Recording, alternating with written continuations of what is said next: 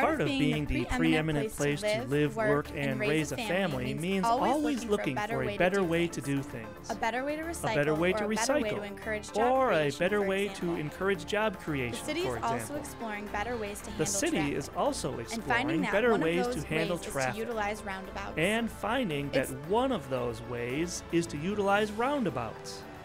It's difficult to benchmark communities with widespread, effective use of roundabouts because they are relatively rare here in the Midwest.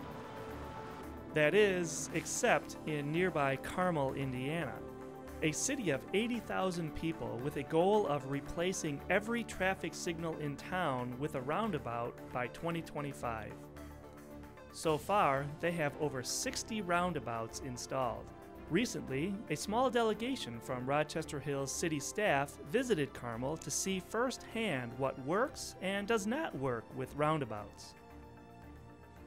The visit started with an informal discussion with Carmel city engineers and fire officials about some of the benefits and challenges roundabouts bring to a city of our size and makeup. The cost is about the same for a roundabout versus a traffic signal. We say it's about $150,000 less because what we find is pavement area, curving, all those things, drainage, all kinds of balances out. But what we don't have to do in a roundabout is put in a traffic signal. A driver's a lot less likely to push through a red light to get out of the way of a fire truck behind him than it would be to advance through a roundabout to get out of the way of a fire truck. I used to be a police officer. My two biggest issues were stop lights and stop signs because that's where everybody gets hurt, and that's where I focused all my time with writing tickets. I didn't care about speeding nearly as much. This alleviates those, and when I drive home, there are places in Noblesville that I wish I sit there and I go, this would be a perfect situation for a roundabout. And I found myself doing that, and I go, oh, that's kind of wild, you know, because I give all these guys in the mayor credit because I'm actually thinking that way now on my own way home, that this would be a perfect spot instead of this stupid light that they just put up. Mayor Barnett also met with city officials to discuss their vision of making Carmel an all-around city, so to speak. Well, hello, we're standing here in beautiful downtown historic Carmel, Indiana, joined by the mayor of Carmel, Indiana, Mr. James Brainerd. Carmel's on the northern border of Indianapolis. They have a city that looks and feels a lot like Rochester Hills, a similar median income, education level, and very residential feel with a nice mix of commercial development as well.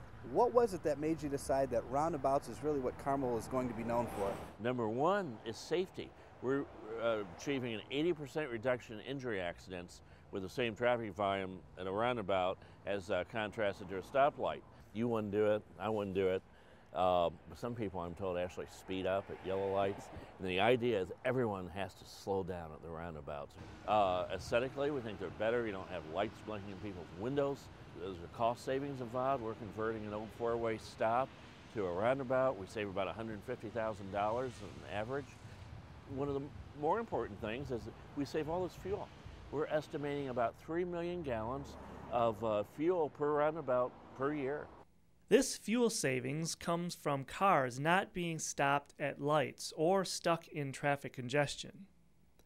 Carmel's traffic engineering mantra is, widen the node, not the road. Because of the roundabouts, Carmel's roads can function efficiently with fewer lanes. Efficiency is great, but safety is paramount. A typical intersection has 32 potential traffic accident points, or conflict points. A roundabout at the exact same location has only 8, and the head-on accident geometry is eliminated. Once you achieve efficiency and safety, adding beauty sometimes is a challenge. However, looking at these roundabouts, it is obviously possible. The real purpose of the internal landscaping of these roundabouts is safety. Looking so good is just a bonus. This landscaping keeps headlights from traffic across the roundabout out of your eyes. Also, drivers aren't distracted by what's going on across the roundabout. They can focus on looking in just one direction, to their left, and safely entering the roundabout. The safety benefits of roundabouts have been proven in Carmel. Your first roundabout in Carmel was about, what, 12 or 14 years ago? About 14 years ago. So you have 14 years of data, and you led with a message of safety to your residents. Now that you've had the ability to review that, does the evidence substantiate that that decision to go in, towards roundabouts for safety's sake? Absolutely. The roundabout with the same traffic volume as a stoplight, we have 80% fewer injury accidents at the roundabout. Overall, all accidents are down at the roundabout when contrasted to a stoplight by 40%. So 80% injury accident reduction, 40% all accidents.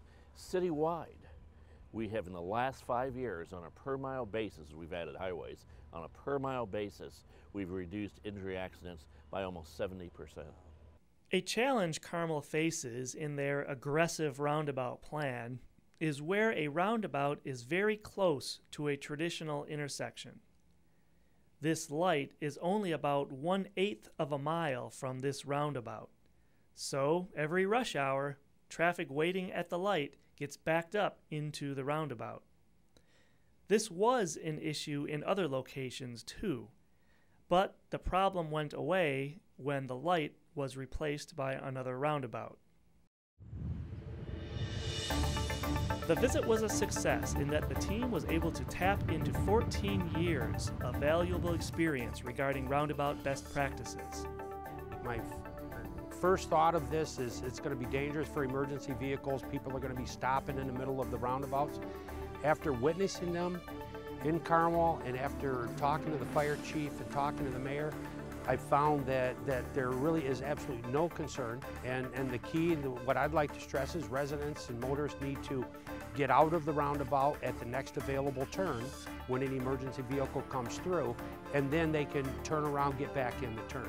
What really impressed me was how proud they were of their roundabouts that they've had forward, and they really looked at it as a sense of community pride and that they were progressive and really taking a proactive approach to address congestion, to address traffic safety. It's something new. There have been many years where people have been driving lighted intersections. They know that red means stop, green means go, but roundabouts demand a little bit additional thinking involved as far as making a decision on when you should go. And then also to understand that when you're within the roundabout, you have the right of way. The drivers that are looking to enter the roundabout have to yield to you. And it's a basic understanding of roundabouts that's going to be necessary. It's going to take a little while for all the drivers to catch on to that, but once they make that step, I think they'll become more comfortable with them, and the safety benefits of roundabout and congestion relief will be realized. Designs continue to improve, public acceptance continues to rise, and research continues to mount supporting the benefits of roundabouts. Drivers throughout southeastern Michigan are seeing more and more cities realizing those benefits and installing roundabouts. As when the word processor replaced the typewriter and the cell phone replaced the venerable phone booth, there is a learning curve. While we are mastering that curve, we can take solace in knowing that the future of road travel is getting safer, cheaper, more efficient, and even better looking.